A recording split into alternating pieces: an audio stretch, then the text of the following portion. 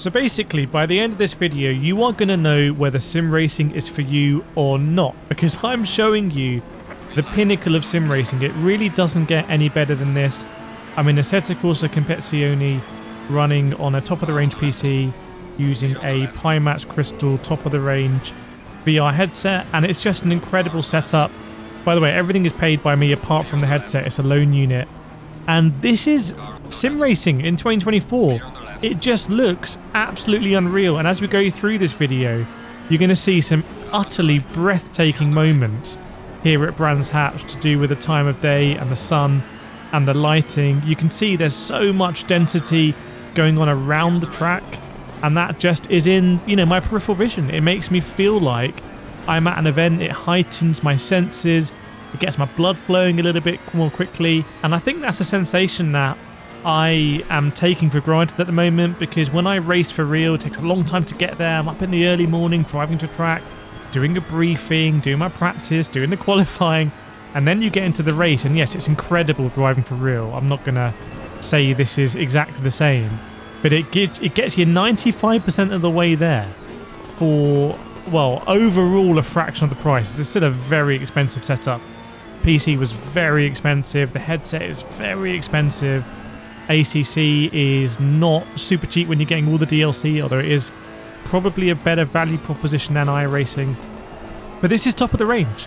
So like I said, by the end of this video, you are going to know whether you like sim racing or not, because either this is going to be getting your juices flowing, or you're going to be like, what is this? This doesn't seem that exciting, as I think about sending it up the inside of the AMG. Look how in tune I just am with the car, like all of the movements I'm making through the wheel. If you're new to sim racing, you've stumbled across this video, hello, welcome along. Please feel free to subscribe if you want to see more of this. But the movements I'm making on the wheel are because it's a force feedback wheel, so Moser R16, 60 Newton meters. I'm using my favorite KS rim on that wheelbase. It's actually the cheapest rim that Moser do, I think, pretty much in terms of like a Formula GT style, as we go up the inside there. And that means I'm feeling every bump in the road. I'm feeling the car's inertia, the weight transfer, the slippage through the tyres, the grip of the tyres as well, getting on the brakes even, that sort of juddering as the wheels want to go in a straight line. You see me sort of shaking my head there, probably wasn't that happy with my entry. Two cars going side by side ahead. Look at the little glistening. This is a thing that just is a small detail I find in the Pimax on this setup, is the glistening in the car, on the cars ahead. It's so pinpoint that it really makes me feel like I'm in a equivalent 3D space. I'm not driving a toy car. Everything is fully calibrated. This particular headset automatically calibrates your interpupil distance. You don't have to do it manually, which I quite like. It also has speakers, which I thought I wouldn't like actually, because I normally wear headphones. So as I'm driving this as I'm recording it, I'm actually listening to the more ambient noise, and it's something I haven't really noticed. Maybe I should talk more about it in a different video, because that is quite unusual. You can see my naked ear there on the right hand side, which you don't normally see in videos. So ear fans, there you go. Rate my ear in the comments. Only got the right one there. But now you can see a little bit of sort of pixel volumetric detailing. Oh, what a big send on the old Lexus. Look at that, up the inside, and maybe half a smile from myself there as I play it cool. It is so much fun. Overtaking for me is the essence of racing. I race because I want to do mad sends. The same when I played football a lot. I want to do football because I want to do skills, I want to do step overs, I want to do Ronaldinho roulettes or Zidane roulettes. When I was playing rugby, I just wanted to step people, and when I'm racing, I just want to overtake people. I like the flair of it. I like the dummying. I like the commitment. I like the send into the unknown. Yeah, going through corners is great, and trying to nail it technically, that's all very noble. But for me, it's about the sends, and we're desperately trying to catch up with this group of 3 ahead of us. Now, I told you there'd be some very beautiful lighting going on, and you may be noticing that the sun is setting. I think we're doing about an 8-minute race here, and we're actually going to see if we can win this race. Oh, is that the Audi going round the outside at Paddock Hill Bend? Don't end up in the gravel. We are definitely going to try and join them. That corner there, by the way, on the inside, where you have those almost ski poles, very easy to hit that in 2D. But we're in 3D here, so we've got that actual depth perception. We have the sense of speed and scale. The field of view is all correct. Worth looking at the field of view, by the way. So if you're playing iRacing, do you have a sort of similar field of view to this? Or are the field of view police going to be onto you? So what do we have? We've got an Audi, and then we have a Porsche, and then we have an AMD. How did the German cars get so dominant? Why are Germans so good at building cars? Anyway, I'm in an Italian Ferrari, and I rarely mention it, but I've actually driven this Ferrari 488 GT3 in real life. So I love driving it in simulators as well. And we're definitely going to catch now. Are we going to try and catch them by surprise in addition? But let me know in the comments what you think about this setup. Do you think ACC has still got it? Obviously, the Nordschleife still to come to ACC. Could be a great addition. But iRacing subscription model, adding the rain, is just a much better implementation of rain than ACC. And you can see that glinting now on the front bonnet as it feels like it's a hot day. It feels like it'd be sizzling to the touch. Could cook your breakfast on the front of that Ferrari 488. We're catching these cars.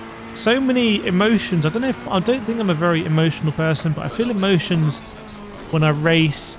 It really gets me going, and now it feels like the sun's sort of setting. It might be the last race of the day, and there's going to be no more chances. So I don't want to leave anything, on the table here. I want to leave the circuit knowing I've given absolutely everything.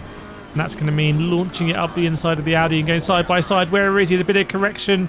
Having a look, and I can just see him in the TV screen there. Hear him as well, because you get the binaural audio in VR. Is he or she still on the outside? I don't know. It's actually an Aston Martin, not an AMG. So the Aston and the Porsche 911 go side by side as we go down the crest. I was talking to some motorbikers who say that when you go there, it feels like you need to duck, because otherwise you're going to hit that gantry. Not something I've appreciated before, but I can definitely see it now. Are we going to go up the inside? No, the Porsche cuts me up. So we'll readjust and go around the outside of the Porsche, just adapting. And look at the sun rays now. Doesn't it feel like a sunny August late afternoon in Brands Hatch here in the south of Ingers? Ingers? Is that an appropriate abbreviation for England? And I'm just absolutely loving it. Look at this. Look, you know now whether you want to do this or not. Either this is just you are itching to go sim racing, or you're still, if you're not and you're still watching this video, all credit to you. Now I can't remember, is that Aston Martin actually leading or not? We didn't get a last lap board. Note there's some cars ahead going through the Druids hairpin, so we're going to try and catch up the Aston Martin.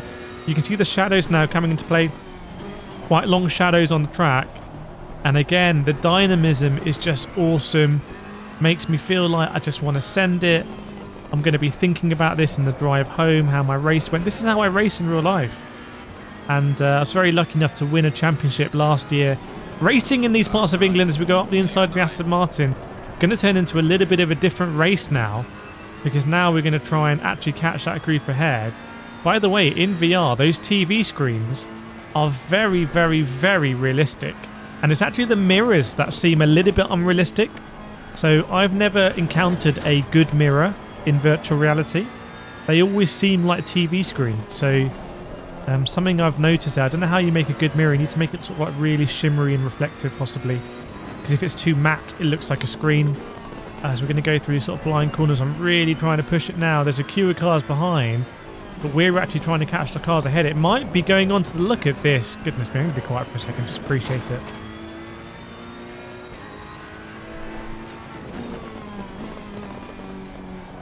Glorious?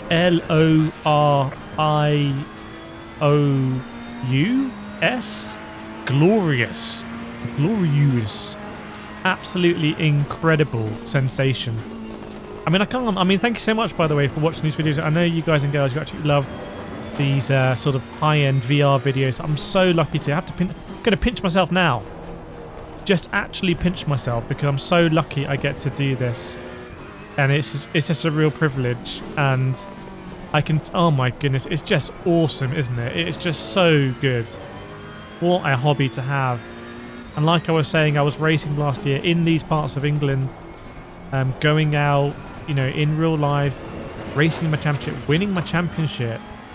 And this is almost as good In fact, there's in a lot of ways it's better. It's cheaper. I can tell you. I don't have to wake up super early, come home super late, and get really oily and dirty.